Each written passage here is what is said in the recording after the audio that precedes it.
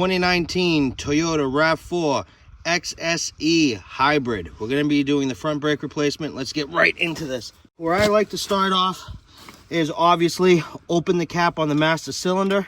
Why I like to do this is just to see what's going on, to see if the caliper's stuck, see if we got a stuck slide. Just gives me a little insight as to what's going on. So let's go ahead, 14 millimeter. Let's break loose this lower slide. There it is. I typically just remove the lower bolt and then just flip the entire caliper right up, just like that. And then what I'll do, slide that off to the side. And remember, we have to grease and clean these pins. I believe the bottom slide, oh no, it's not frozen. Look at that. So we have to make sure these slides are moving when we put this all back together. And that's what we got for brake pad. No good. All right, let's keep moving forward. Now we're gonna remove the bracket. Here's our bracket. These are 17 mils. There we go, break that loose. Leverage is key. There it is. Here's a quick mechanic tip. If you guys are trying to remove something by hand and it starts to bind up, just wiggle whatever you're trying to remove, and that will help you back the bolt out by hand. Okay, as you can see, look, it's hard, but once I give it a little twisty twist, a little shake them up, I'm able to back out the bolt by hand. All right, here's our bracket. So what we're going to be doing is we're going to be servicing this. We're actually going to replace these clips. And once we replace the clips, we're going to clean underneath the clips, put a little bit of grease under the clip. I don't like to put grease on top of the clip because it just acts as a magnet, collecting the sand, salt, and basically pinching your pad over time. So, all right, so now that that's out of the way, let's go ahead, put those bolts off to the side. And now let's grab a hammer. We're checking to make sure there's no set screw here, which there is not. Now, what I like to do, give it a whack here, a whack there, and then come from behind.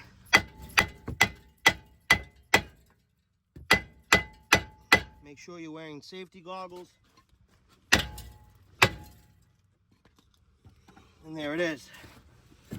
All right, now the rotor has been removed. Here's our rotor. Nothing left.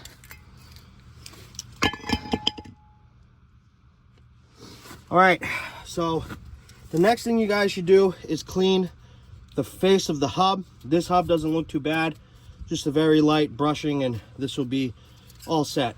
Because like I said, you want to have a flush surface. You want the surface here to not be raised, scaled, or anything like that. If you see that, make sure you clean it or the rotor will wobble. The next order of business is we're going to compress our caliper. So here's our caliper. Let's take an old brake pad, place the old brake pad there so it promotes a nice, even surface so we can retract this, because you don't want to put all your pressure here. You don't want to put all your pressure here because you will offset this piston and it will resemble a jammed piston. All right, so this is the tool that I typically like to use. You can get a hand wound one, really cheap. These will run you about 40 bucks. You don't need one of these. You could use a big C-clamp if you like. So let's go ahead and compress this. Now, when you're compressing this, you're trying to see if it's getting jammed, and it is not getting jammed. And the goal is not to push this back as fast as humanly possible.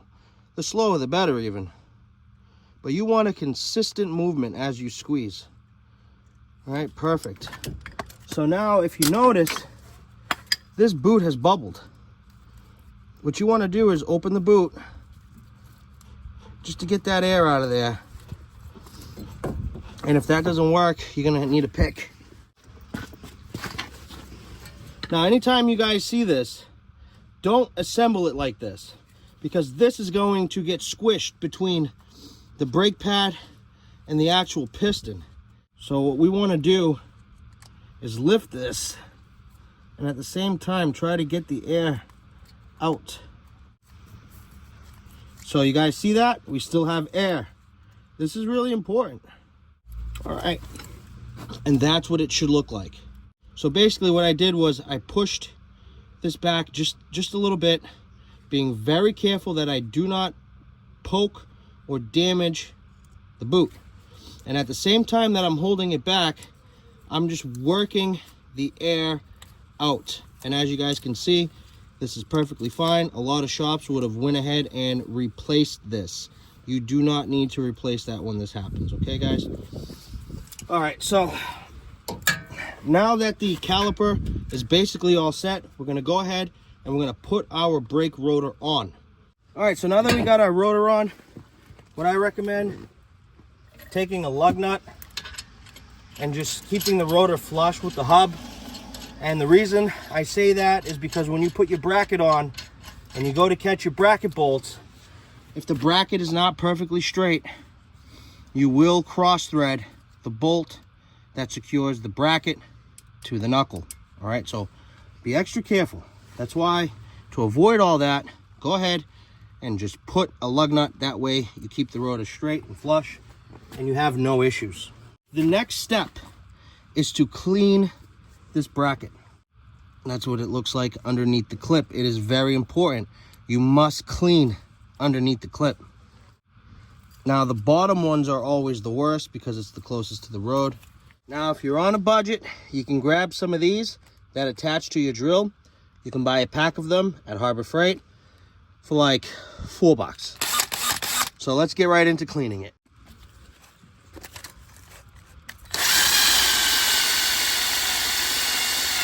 Safety first, safety glasses.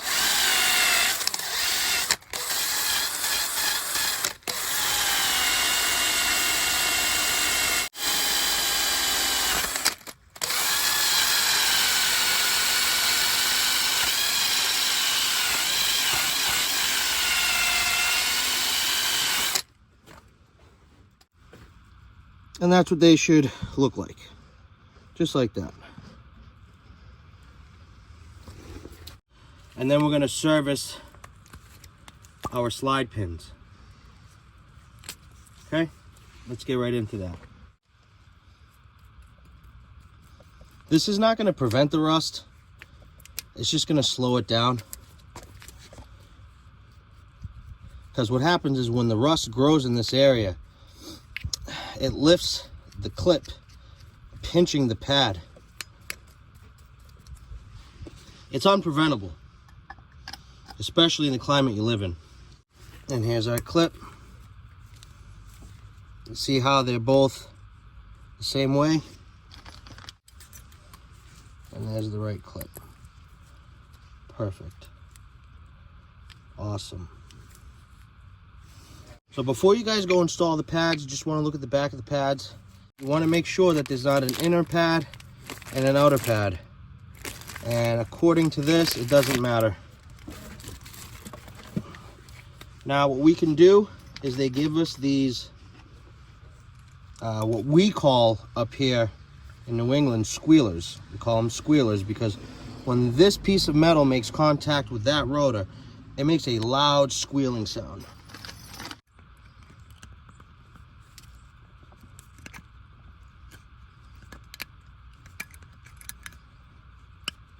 Perfect.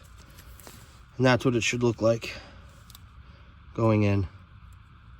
We just want to make sure they're not binding.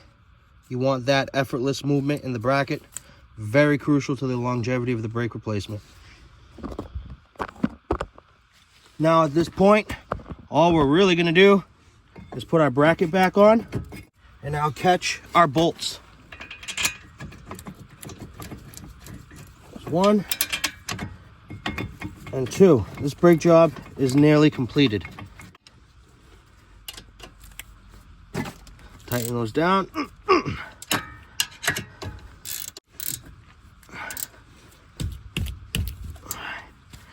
Awesome, doing great. Take our pin, clean the old grease, clean the old pin, Nice and clean. All brake grease is not the same, okay? Do not be using wheel bearing grease, anti-seize. Don't be using that.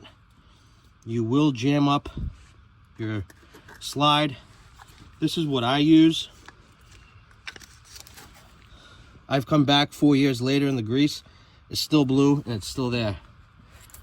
There it is. Spin it, pull it in and out. Awesome, doing good. And now we're gonna repeat that same process to the top one. Perfect. Now, how much grease should I put? Honestly, a little bit goes a long way. You don't want to oversaturate the pin. And the reason you don't want to oversaturate the pin is because it can and sometimes will affect the movement in the bracket. Now, I know that's a lot here, but it's really cold out and the grease is behaving differently. So, all right, and that's roughly about how much grease you want. I mean, you really don't want to oversaturate these things.